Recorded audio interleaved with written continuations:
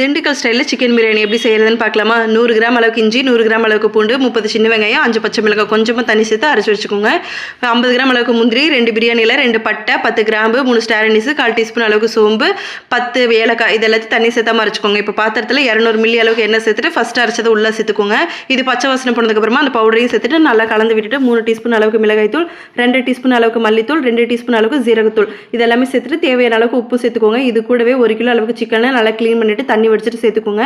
எல்லாம் மிக்ஸ் பண்ணதுக்கப்புறமா chicken வேகிறதுக்காக 150 milli அளவுக்கு தண்ணி சேர்த்துக்கலாம். இது கூடவே 100 மில்லி அளவுக்கு தயிர் சேர்த்துட்டு 1 கட்டு அளவுக்கு புதினா, 1/2 கட்டு அளவுக்கு கொத்தமல்லி இலையும் சேர்த்துக்கோங்க.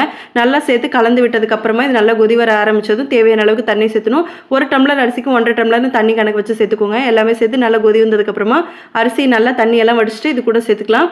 எல்லாமே மிக்ஸ் பண்ணிட்டு மூடி போட்டு வச்சுருங்க. அரிசியும் தண்ணியும் சம அளவு வந்ததுக்கப்புறமா நம்ம தம் போட்டு இறக்கிட்டோம் அப்படின்னா நல்லா சூப்பரான சிக்கன் பிரியாணி ரெடி ஆகிடும்.